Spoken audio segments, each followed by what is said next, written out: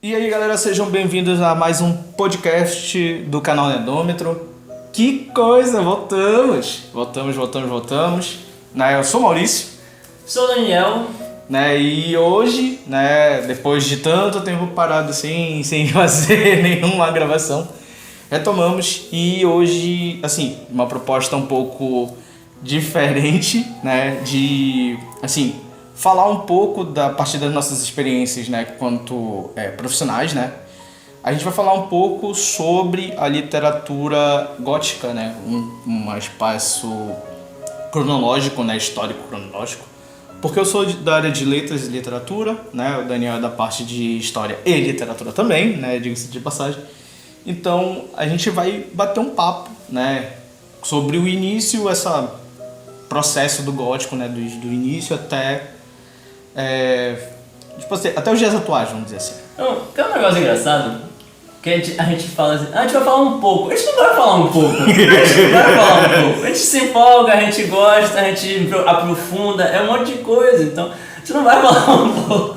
Mas é isso aí, Então a gente, numa conversa aqui sobre Coraline ser gótico ou não, dele não saber das propostas de terror na obra, só no filme, mas não sabia que isso tinha no livro. Então eu falei assim, cara, tu tem noção que já tem 300 anos que o gótico existe e tal? Tipo, a gente tem uma linha do tempo imensa do gótico até hoje. Exatamente. Então aí a gente pensou nessa proposta, né, de tempos em tempos, né, falar sobre esse processo. Aí então a gente falar, né, dessa pelo menos esses primeiros inícios do século, né, do século 18, 19, 17, 18, para depois a gente chegar no mais recente, né? Porque é muito, por mais que ele não tenha muitas obras, mas é muita questão histórica e muita questão literária também. E assim, começa logo assim comentando um pouco que quando a gente fala de literatura gótica, né, literatura de terror, a gente tem que fazer essa pequena diferenciação, né? Nem tudo que é terror é gótico. E nem tudo que é gótico é terror. Existem obras góticas que não trazem terror. Desculpa te cortar, mas esse é um ponto que eu ia até chegar nessa pergunta mesmo. Porque querendo ou não, a gente está falando de uma oportunidade de conhecer um lado da literatura que a maioria das pessoas não consegue, mas geralmente não busca, que é um conhecimento literário em relação ao caminho de cada gênero, né? A gente está falando aqui de literalmente, vamos ler Drácula, vamos ler Coraline, vamos ler... Me fala uma obra de terror. Uma obra que seja de terror e seja gótico? Não, só terror. Só terror? Bruxa de Blair. Bruxa de Blair. Aí a maioria das pessoas que não tem conhecimento literário ou que geralmente... Sexta-feira 13 também. Sexta-feira 13, perfeito. Então a gente tem aqui 2 obras de terror, 2 obras do gótico.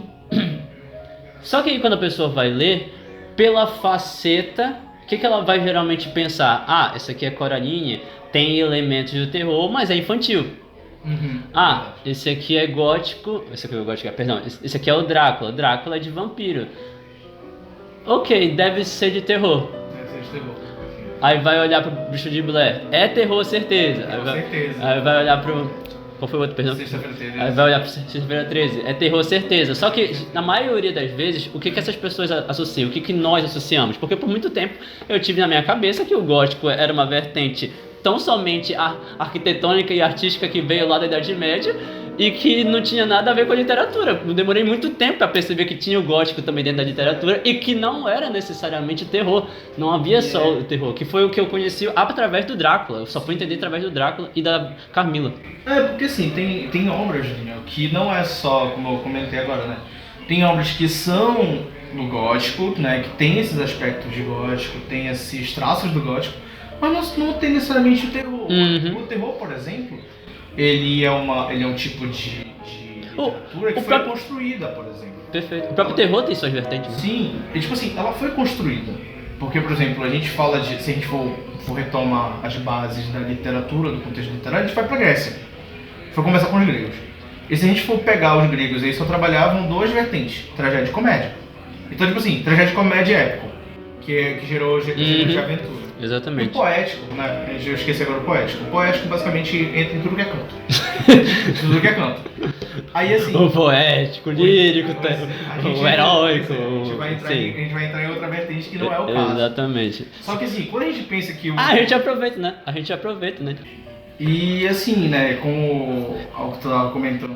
Eu ia dizer na realidade que esse é um outro ponto. Que se o pessoal quiser que a gente fale também dessa parte da Grécia, a gente fala da literatura. Não tem problema, a gente volta assim, a retomar essas outras partes de como.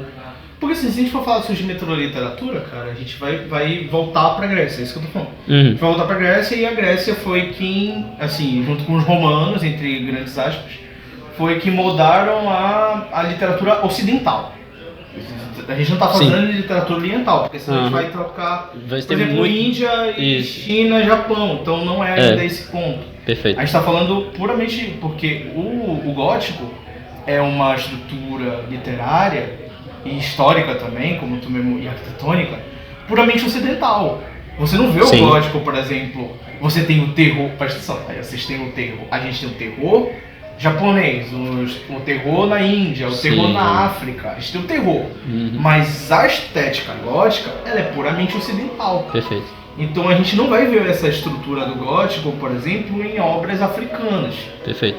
A gente não vai ver a estrutura gótica em obras russas, sim, porque ela faz parte da Europa, então, mas não tão... Mas a força da influência europeia ocidental não foi tão forte, não é tão forte no lado oriental. A gente vai ver assim uma quebra quando vê uma Rússia um pouco mais oriental.